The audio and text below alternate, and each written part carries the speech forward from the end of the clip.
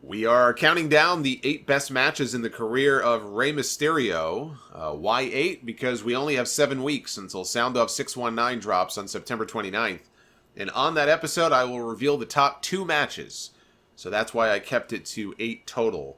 Credit to Too Cold Steve-O on Twitter for giving me the idea for this. I always enjoy hearing ideas from you guys. I can't always use them.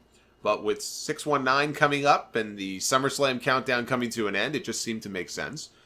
And hey, maybe if enough of you guys tweet at Rey Mysterio on Twitter, maybe we can get him to record a little special intro to episode 619. Rey Mysterio has wrestled a lot of matches in his career. He started wrestling when he was 14 years old. That was the same year that Hulk Hogan wrestled Randy Savage at WrestleMania. The same year that the Mega Powers exploded. 1989. Rey Mysterio made his debut inside a Mexican church. And he has wrestled all over the world. He's wrestled for AAA. He's wrestled for CMLL. After WCW went under, he wrestled for WCW, wrestled for WWE, Lucha Underground. He's been a World Heavyweight Champion, Royal Rumble winner, and is a surefire first ballot Hall of Famer. This man changed the game for smaller wrestlers. We kicked this thing off with number 8 in the countdown, a match that many people were upset and surprised not to see in my list of the top 10 SummerSlam matches, and one of the best opening pay-per-view matches that you will ever see. Rey Mysterio versus Kurt Angle from SummerSlam 2002.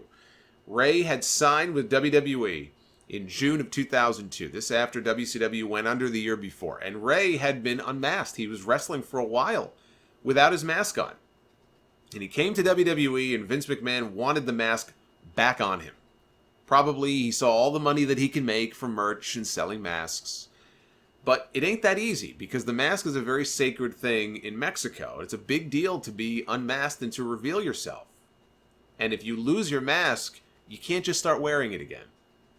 So at the request of Vince McMahon, Rey Mysterio had to go to the official Lucha Libre Commission to ask permission to begin wearing the mask again, which they granted. Now, had they said no, he wouldn't have been able to wear a mask. Or at least, maybe a different kind of mask. I don't know how that would have... Or maybe Vince would have said, well, the hell with the stupid commission. You're wearing a mask no matter what, damn it. But he went and asked for permission, and permission was granted. And he debuted on SmackDown in July with a win over Chavo Guerrero. And then he began a program with Kurt Angle. He got a pinfall win over Kurt in a tag team match on TV in the lead-up to what would be his very first pay-per-view match in WWE that year at SummerSlam. That SummerSlam in 2002 is widely considered to be maybe the best top-to-bottom SummerSlam show of all time. And that opener is just one of the reasons why. So Kurt comes out first. And very strange, at that time, to see somebody like Kurt Angle coming out to curtain jerk on a pay-per-view. But there he is, and he's in the ring waiting for Rey. Rey's music is playing, and there's no Rey. All of a sudden, we see Rey. He's on the apron behind Kurt. Hits a springboard Hurricane Rana, and just like that, we're off to the races. And the match was a sprint. Under 10 minutes. This match lasted, I think, about 9 minutes and 40 seconds. So it was not a long match at all. But it was all action, which a Rey Mysterio match ought to be. He hits Angle with a monkey flip. He misses a 619 early on. Kurt wisely tried to ground Rey, put him in a single leg crab, more like a lion tamer. Belly to belly by Kurt. Straps come down. Rey counters an Angle slam into an arm drag takeover. And Kurt now is on the floor. He's outside the ring. Rey says, well, we're going to go for a dive. And as he hits the ropes to come off for a dive, referee Jimmy Corderas stops him. And the fans are not happy about that. They make that very clear. They are not happy. So Corderas turns back around to turn his attention to Kurt outside. He's telling him to get back in. Rey says, you know what, fuck this. He hits the ropes anyway, and he does a dive over the referee and out onto Angle to a big pop on the floor. Springboard leg drop back inside by Rey. That gets a near fall. Mysterio springboards backwards off the ropes, lands on Kurt's shoulders, but Kurt dumps him down and goes for an ankle lock. Rey manages to navigate out of it, gets Kurt in the ropes, hits the 619, West Coast pop, near fall. Kurt ends up sitting on the top rope. Rey climbs up onto his shoulders, spins his body. He tries for a Hurricane Rana off the top, but Kurt does not fly over. Instead, they both land on the mat. Kurt immediately locks in the ankle lock. He drags Rey to the center of the ring. Rey's fighting and fighting, but in the end, he has no choice but to tap out. One of the best sub 10-minute matches in WWE history, maybe the best, frankly. I mean, when you think of like matches under 10 minutes, like really short matches, there's been so many of them, it's impossible to remember them all. But I think of that Owen Hart match with the 1-2-3 Kid in the King of the Ring in '94. I mean, that was like a 3-minute match, but people still talk about it to this day. Goldberg and Brock Lesnar, to use a more recent example, WrestleMania 33. That thing was a sprint.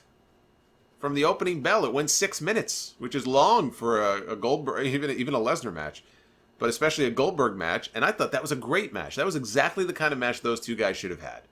And it was only 6 minutes.